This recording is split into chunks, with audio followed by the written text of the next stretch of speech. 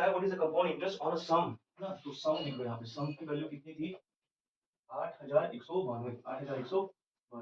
ये कहता है कि इसमें टाइम की वैल्यू, चलो रेट लेते हैं पहले, है ना।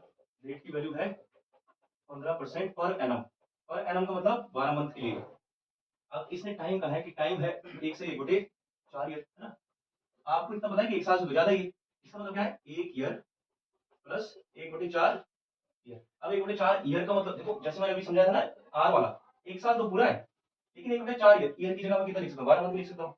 जैसे 1 घंटे की जगह 60 मिनट लिख सकता हूँ, है ना। यहाँ पे देखो 1 बटे 4 ईयर का मतलब कितना है 12 मंथ, 4 या 12 कितने आ गए यहाँ पे 3 मंथ्स। इसकी जगह पे मैं 3 मंथ लिख सकता हूँ, ये बना है। और एक ईयर की जगह कितना लिख सकता हूँ 12 मंथ्स, तो 12 मंथ्स और 3 मंथ कितना हो गया 15 मंथ्स, है ना। तो मैंने टाइम लिखा कि टाइम टोटल कितना है 15 मंथ।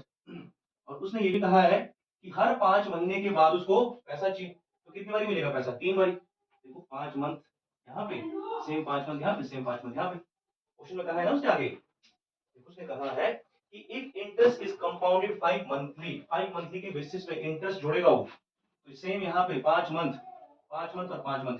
अब समझने वाली बात ये है कि इस 5 मंथ के लिए रेट बनेगा कितना। मुझे तो इतना पता है कि 15% तो एनम के लिए था, वैसे लिखूंगा मैं कि जो 12 मंथ है, 12 मंथ के लिए क्वेश्चन में दिया है कि 15% रेट है, तो 5 मंथ का हम खुद से निकालेंगे अपनी तरफ से। 5 मंथ के लिए कितना रेट होगा, कमांड एक्स है, क्रॉस मल्टीप्लाई कर दिया, है ना।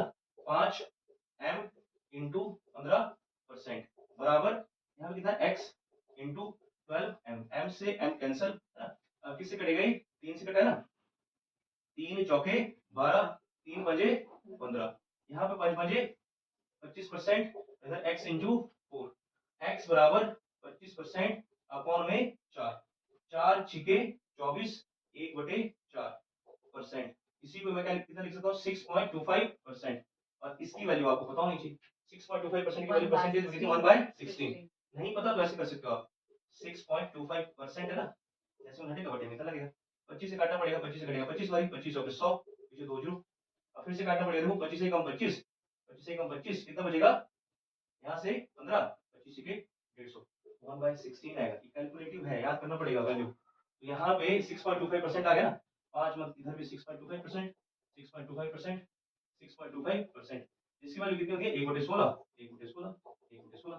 तो अब पैसा कैसे बनेगा, यहाँ से 16 से 17, 16 से 17, 16 से 17। और मैंने आपको समझाया था जब हम क्यूब कर रहे थे कि काम आएंगी क्यूब, 16 का क्यूब होता है 4096, हाँ, और 17 की होता 49 13, है ना।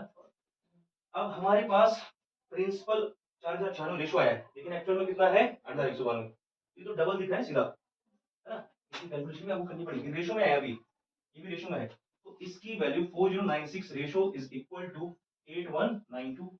यहाँ पे 2 टाइम कट रहा है, रेशो की वैल्यू कितनी आ गई 2। पूछा क्या था उसने इसमें, इस क्वेश्चन में क्या पूछा है what is the compound interest, compound interest in दोनों का डिफरेंस है, इन दोनों का डिफरेंस सीआई है। और इसमें देखो कंपाउंड इंटरेस्ट कितना रहा है, इसको घटा के 817 बन रहा है ना, 817 बनेगा, 817 रेशो, स्पेस कम हो गया, 817 रेशो की वैल्यू कितनी आ गई 2, 800 का डबल 1600, 17 का डबल 34, 1634 आएगा इसका आंसर, ऑप्शन में है। अच्छा